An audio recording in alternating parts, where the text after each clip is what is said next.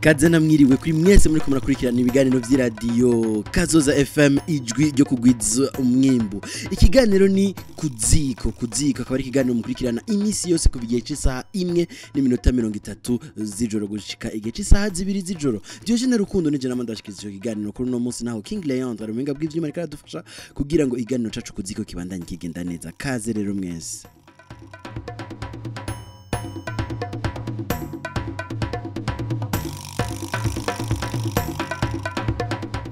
Iganiro KU.ZÍKO akaba ari ikiganiro aho tuganira na mwebwe ivyerekeye amayagwa n'imige ivyerekeye imico n'akaranga mu Burundi. Imico n'akaranga mu Burundi. Mbega urabizi, mbega ubizi kwiki, mbega jenda bizi kwiki. Kuri uno munsi Diogene Rukundo ndije nyina nta mutumire mfise kuri uno munsi wa mbere, ariko nza kuyaga namwe ivyerekeye cane igitabo ca umuntu musanzwe muzi Jean Baptiste ntaho kaja imigenzo y'ikirundi. Nico gitabo yanditse akaba yacanditse mu mwaka w'igihumbi kimwe n'amajana 978.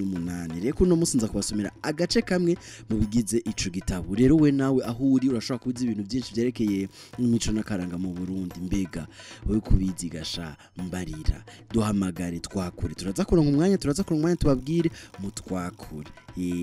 Ikiganiro ni KU.ZÍKO, iradiyo nayo ni Kazoza FM.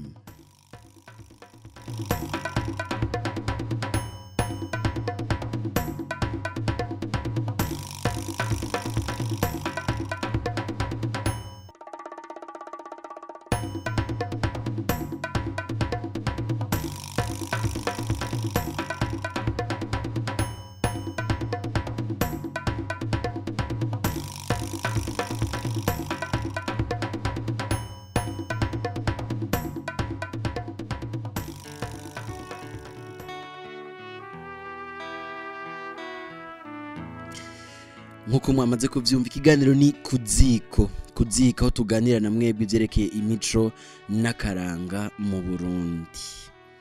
Yego, imico n'akaranga mu Burundi. Mbega waho uherereye imico hari ico kubwiye, akaranga ko mu Burundi hari ico kakubariye. Jewe nta nkeka karabimbwiye cane. Nico gituma navuze imbere yo gutangura nti turaza kubabwira mushoye kutwakura kugira ngo mbwice muterereye. Ni kuri 72 23 72 23 23 mu Gifaransa. Muze kuduhamagara ntimwitinye, muze kutubwira muti je wahondi bimeze gutya. Kuri uno munsi rero wa mbere itariki 18 kwezi kwa mukakaro umwaka wa 2022 nahisemo kuyagana mwebwe ivyerekeye amezi. Mbega amezi ameze gute? Mbega amezi aya mezi kuva mu kwa mbere gushika mu 12 mbega arafise amazina mu Kirundi?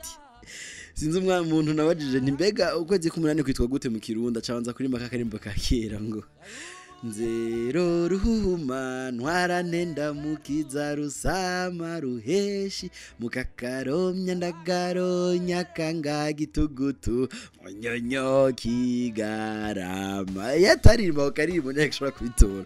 Rero uno munsi shaka je namwe tuganira ivyerekeye amezi y'ikirundi, kuko no kuva na kera barita amazina amezi. Kuva mu kwa mbere ukwezi kose kwari gufise izina, kandi iryo zina ryaba rifise ico rivako.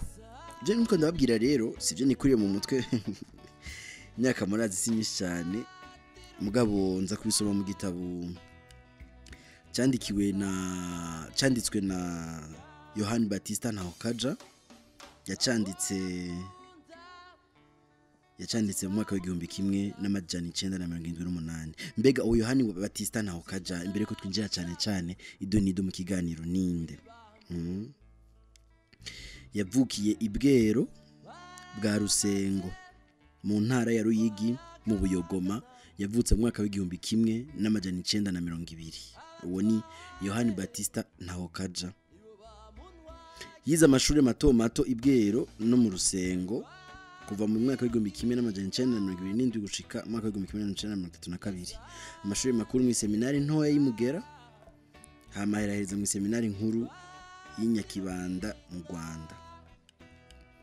Yaramusaseridoti murabizi, yatiwe mu ibanga ry'ubusaseridoti kuwa 2025 mukakaro umwaka w'igihumbi kimwe n'amajana 1948 yabaye umuyobozi w'amashuri mato mato y'igisanze imuyinga kuva 1958 hama acaraja mu Bubiligi iluva kunonosora ivyigwa vy'indimi z'ubwoko bw'ikiromani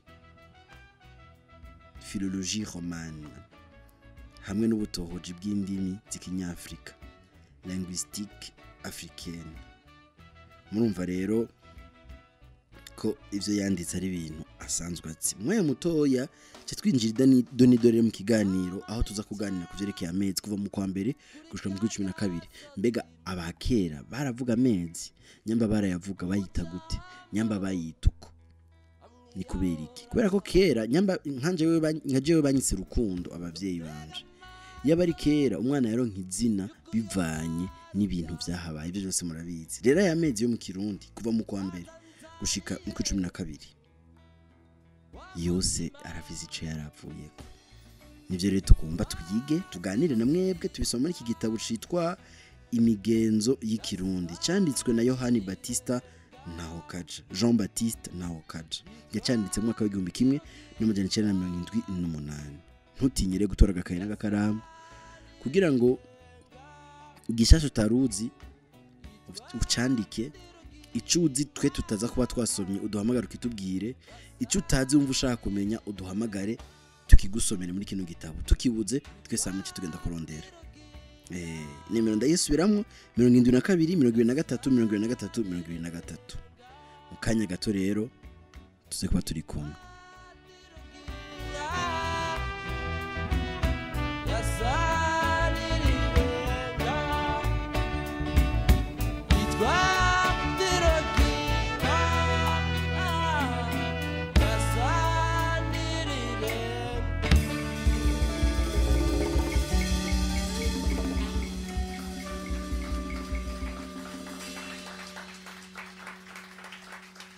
Yeah. You went to another go. Normally you don't. You went to another go.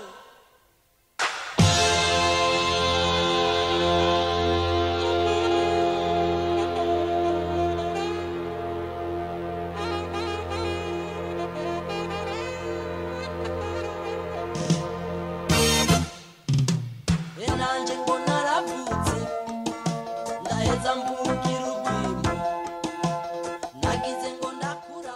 Radio Kazoza FM ijwi ryo kugwiza umwimbu 103.3. Kuri uno munsi tuzakugwiza umwimbu mu kiganiro KU.ZÍKO gitangura iminsi yose kuva igihe cy'isaha 1:30 z'ijoro. Kiganiro KU.ZÍKO ni kiganiro tuyaga na mwebwe canke n'abatumire tuba twaronse ivyerekeye imico n'akaranga mu Burundi. Kuri uno munsi wa mbere umunsi utangura indwi tugomba tuganira ivyerekeye amezi mu Kirundi. Mbega amezi mu Kirundi yavuye he byagenze gute? Ndabasomera mu gitabo canditswe na Yohani Batista Nahokaja Jean Baptiste Nahokaja gitabo citwa imigenzo y'ikirundi. Ego twagiye rero ibice vy'ukwezi. Ukwezi nako bakurimburamwo ibice bitatu: imboneko, imfato n'impito. Mu mboneko ni hajya kugiseruka bakavuga ko ari imyezi. Hajya kumaze gufatanaho ni mu myiza.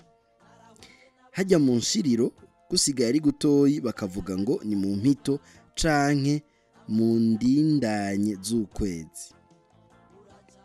Ukwezi kumara iminsi 30, imboneko zimara iminsi 14, imfato gutyo nyene, impito zimara nk'iminsi 2. Hajya kuza bukeye nk'iminsi 2 hajya kuza bukeye. Uwagira inka yimye ari mu mboneko ari mu mpito yararimbura akamenya igihe ivyariramwo. N'abantu niko bagerageza ko bakama bazi igihe bazogira mu kwezi yahora bazi igihe bazogira mu kwezi yahora bigira mu mboneko niho yarimbura. Ari mu mfato akama hazi. Baharura batyo ari mu mvura bakamenya igihe igabanuka akazuba kakaka bakavuga ngo yatanze imico. ingene rero bagera umwaka aho ugeze. Aho rero neza na neza ido nido ikiganiro cuno munsi ni ingene bagera umwaka aho ugeze. Umwaka wamara amezi 12 nkuko uno munsi bapfundika imigozi mu ntango z'umwaka bakagira amapfundo 12. Ukwezi guheze bagaca impfundo rimwe gushika amezi. Ukwezi guheze bagaca ipfundo rimwe gushika amezi agahera. Umwaka bawuvugamwo ibice bibiri, agatasi n'ici. Mwaka bawuvugamwo ibice bibiri, agatasi n'ici. Mu bihugu na cane cane vy'aburaya urazi ko bafise imice 4: printemps, été, automne, bijyanye n'ivyabo. Twebwe natwe umwaka kera bawucamwo ibice bibiri, agatasi n'ici. Agatasi karimwo impeshi n'ici rya rwose. Amezi y'imvura ni 8. Kuvuga amezi yagwamwo imvura ni 8. Ayo nayo ni Gitugutu, Munyonyo, Kigarama, Nzero, Nyamagoma, Ntwarane, Ndamukiza, Rusama. Amezi y'ici nayo 8: Gwero, Mukakaro, Nyandagaro na Nyakanga. Umwaka rero wahera muri Nyakanga. Muravyumva? Kera umwaka wahera muri Nyakanga, ariko ubu mwaka uhera muri Kigarama. Twaje dutangura Nzero. Umwaka wahera muri Nyakanga. Kera umwaka wahera muri Nyakanga, imirara ivuye ku gahinga, imvura igaca itasura, ubundi mwaka ugatangura. Mu kugera aho umwaka ugeze, abarundi baharura imirima n'ivyimburo. Hatangura umutasuro, mwitera ry'ibigori, hagakurikira irima ry'ibiharage, hagasubira ibiba ry'amasaka, hanyuma hakaza utundi dukorwa twiruhande. Abarundi bakera baciye ubwenge. Amezi y'ikirundi yari afise ico yerekana, igikorwa bakora muri ico gihe nkuko nanaye babwiye. Ukwezi batangurira ko guharura ni kujya guheza ici, ni Gitugutu. Kubera ko ukwezi umwaka wabaheze muri Nyakanga, ni kuvuga ukwezi baca batangura ko guharura umwaka ukurikira ni Gitugutu. Apana Gitugutu, Gitugutu. Haje imvura iguye bagatera ibigori, hanyuma imvura n'izuba bigatugutirana. Gitugutu rero muca mwumva aho ryavuye. Imvura n'izuba byaratugutirana, aca bituko kwezi Gitugutu. Ukwezi kwa kabiri ni Munyonyo. Cyavuye mu kunyonyora ingamba z'ibiharage. Nico gituma ukwezi kwa kabiri kwitwa Munyonyo. Kujya twe twita ku 11 kubu, kera kwa rukwa kabiri. Munyonyo, kunyonyora ingamba z'ibiharage. Ukwa gatatu ni Kigarama. Muri uko kwezi inka zahimba ubwatsi zikagaramanga zihaza umuyonga, amapfizi akirirwa arivuga. Kigarama camutahora neza iyo cyavuye. Ukwa kane ni Nzero. Ukutwe ari ukwa mbere ubu, kera kwa ukwa kane. Ukwa kane ni Nzero. Haba mahonda ni Nzero. Haba hari inzara, abantu bazerera baja gusuma. Nico gituma bakwise Nzero ukwezi kwa mbere. Ukwezi twe twita kwa mbere ubu, kera ni kwa ukwa mbere, kwa ukwa kane. Bakwise Nzero kubera haba hari inzara, abantu bazerera baja gusuma. Muri uko kwezi babiba mahonda. Ukwa gatanu ni Nyamagoma. Kwa gatanu ni Nyamagoma. Nyamagoma nuko twita ruhuhuma ubu. Kwa gatanu ni Nyamagoma. Ibigori byaba bigomoye kandi ari mwica ry'amahonda. Ukwa gatandatu ni Ntwarante. Ntwarante. Muri uko kwezi ibigori babitwara kwijanja, imyungu nayo bayitengatiye mu minwe, bibaza ingene babishikana imuhira. Mumva Ntwarante yavuye ku kuntu bari bafise ngira ngo ivyimburwa byinshi. Muri uko kwezi ibigori babitwara mwijanja, imyungu nayo bayitengatiye mu minwe, bibaza ingene babishikana imuhira. Igice ca mbere c'amezi turayamaze, ca tugira ya kabiri mu kanya. Kubisigarira byacu izo bicibutso zoterite ku rukundo gasazi k'ibyiza sizo bibagira oyaye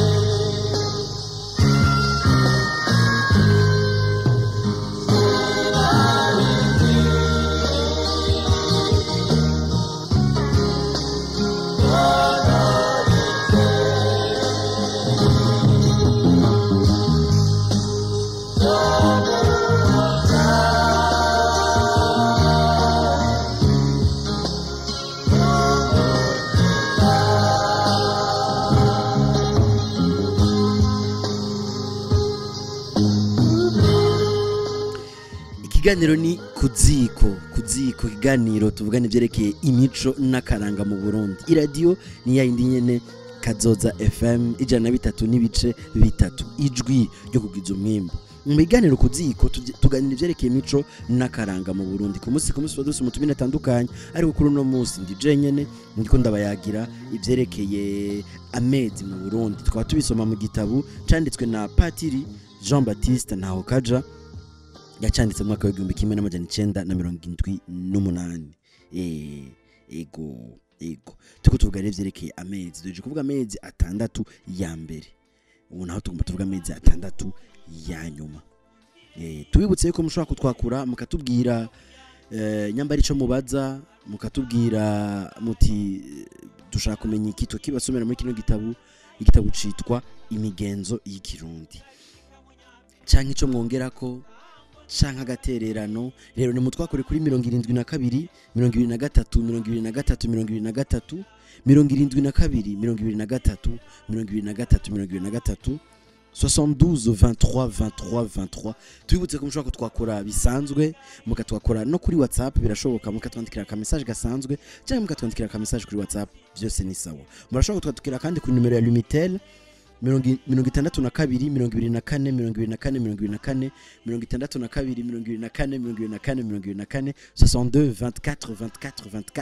62 24 24 24. Ikiganiro ni KU.ZÍKO, iradio ni Kazoza FM, ijwi ryo kugiza umwimbo. Kuri no munsi tuko tugwiza umwimbo mu mico n'akaranga mu kiganiro KU.ZÍKO, aho tuko turasoma amezi ya kera ukuntu bayita. Tudoje amezi atandatu ya mbere, ukwezi kwindwi. Rero ukwezi kwindwi ni ndamukiza twebwe ubu n'ukwezi kwa kane. Turaronse umunywanyi wa mbere kuri telefone, reka tubanze tumwakirisha tubandanye. Aciyagenda ntacu duhamagarisha, duhamagare nawe burya nzoguhamagara. Ni muduhamagare. Ukwezi kwindwi rero ni ndamukiza twebwe ubu n'ukwezi kwa kane, ariko kera kwera ko batangura guharura kuva kuri uko kwezi twe twita gitugutu, niko kwari kwa mbere kwa iwabo, ariko ubu kwezi kwindwi ni ndamukiza. Ndamukiza iryo zina mu kurisigura bagira ngo ni kuvuga murandamukiriza abariyo, kuko inzuzi zaruzura zigasesa, inshuti yo hakuno ntibikija kuramutsa iyo hakurya. Nico gituma bare bakwise uko kwezi ndamukiza. Turaronse undi munywanyi ku murongo, nawe nyina ciyagenda. Nacu ni muntayiriza biwacu, ntasha ni mumpamagare ndabatayiriza biwacu. Ukwezi rero kwindwi ngo bakwita ndamukiza, iryo zina mu kurisigura bagira ngo ni kuvuga murandamukiriza abariyo, kuko inzuzi zaruzura zigasesa, inshuti yo hakuno ntibikija kuramutsa iyo hakurya. Urumva birumvikana. Undi munywanyi ku murongo. Allo yewe gaye nawe biramugoye. Tubibutse ko mushobora kuduhamagara kuri 72 23 23 canke 62 24 24 aka message turakakira, no kuvuga ubutumwa bugufi turabwakira kuri izo nimero zose, haba ku bisanzwe canke kuri WhatsApp. Ntimwitinye rero. Ukwezi rero k'umunani bakwita rusama no ku kwezi twita kwa gatanu. ariko bobo ko ari umunani. Kwezi k'umunani bakwita rusama. Muri uko kwezi imvura irasama ku murambi. Muri uko kwezi imvura irasama ku murambi umwe kuwo bihereranye izuba ryaka. Ukaje ubona isumiye ku wundi murambi ikagwa igasubira ikamira. Nico gituma rero bakwise rusama. Uko n'ukwezi k'umunani. Ukwezi kw'icenda ni gwero. Gwero nuko twe twita ruheshi ubu. Bakwita gwero. Nawe yaravyanditse. Ukwezi kw'icenda ni gwero. Bahinduye bakwita rwirabura. Hatutumba ibitutwe abungere bagacana ku mivumba hera amateke n'amahonda. Muri uko kwezi ntibajya umwaka w'uburo. Kwezi kw'icenda ni gwero. Bahinduye bakwita rwirabura. Hatutumba ibitutwe abungere bagacana ku mivumba hera amateke n'amahonda. Muri uko kwezi ntibajya umwaka w'uburo. Turacabanda n'ikiganiro ku ziko ariko aho turiko turaganira ku vyerekeye amezi yo mu mwaka. Uko twe dufise 0 gushika kuva mu kwamirusha mu 12 n'abakera bari bafise amazina. Ayo mazina kandi yarafise ico yavuyeko. Ico yava ko rero byavana n'ico bakora muri ico gihe. Muri uko kwezi ivyo bakora cane nivyo byatuma bita iryo zina, bita uko kwezi iryo zina. Ukwezi kw'icumi ni mukakaro. Mukakaro niko turimwo ubu, twe tukwita ukwindwi ariko kera bakwita ukwezi kw'icumi. Mukakaro ryava kuki? Ivyatsi biba bikakaye vyumye, amahonda bagatema, ubushaza n'ibiharage vyeze. Ukw'icumi na kumwe nako mbwa kandi ndabasubire mu gatoni kw'icumi. Ukw'icumi ni mukakaro ryavuye kuki? Ivyatsi biba bikakaye vyumye, amahonda bagatema, ubushaza n'ibiharage vyeze. Nico gituma rero bakwise mukakaro. Ukw'icumi na kumwe ni imyandagaro. Imyandagaro twebwe ubu tukwita uko umunani ariko aho hambere kwari ukw'icumi na kumwe. Kwari ukw'icumi na kumwe. Rero ukw'icumi na kumwe ni myandagaro. Amahonda yaba yandagaye ku mirara. Bakwita myandagaro kubera ko amahonda yaba yandagaye ku mirara. Ukwezi kwa 12 ni Nyakanga. Nyakanga kwari uko kwezi guheza umwaka. Nyakanga haragwa imvura y'igisangura bita gatsindagira bigega. Niko basizamwo abafise impeta bakazikubira. Muri uko kwezi haba izuba ryinshi. Uko kwezi niko bita kandi karangaza bisabo. Niko kwaheza umwaka.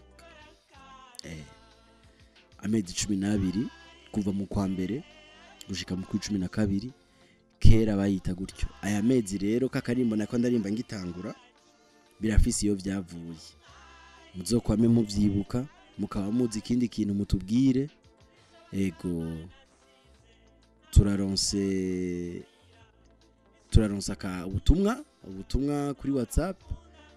Yanditse ati mwiriwe nitwa Josephat Imwaro ndashaka munsigurire ukwezi kwa Kigarama. Mahoro neza Josephat. Ukwezi kwa Kigarama ndakugusigurira nta kibazo. Ukwezi kwa Kigarama kwari ukwezi kwa kane kera kuko batangura guharura kuva muri Nyakanga. Ukwezi kwa Kigarama kwari kwa gatatu murantunga. Ukwezi kwa gatatu kwitwa Kigarama kera. Muri uko kwezi inka zahimba ubwatsi zikagaramanga zihaze umuyonga. Amapfizi akirirwa rivuga. Nkuko nemeje kubivuga amezi batoreye amazina yayo kubera ibikorwa bakora.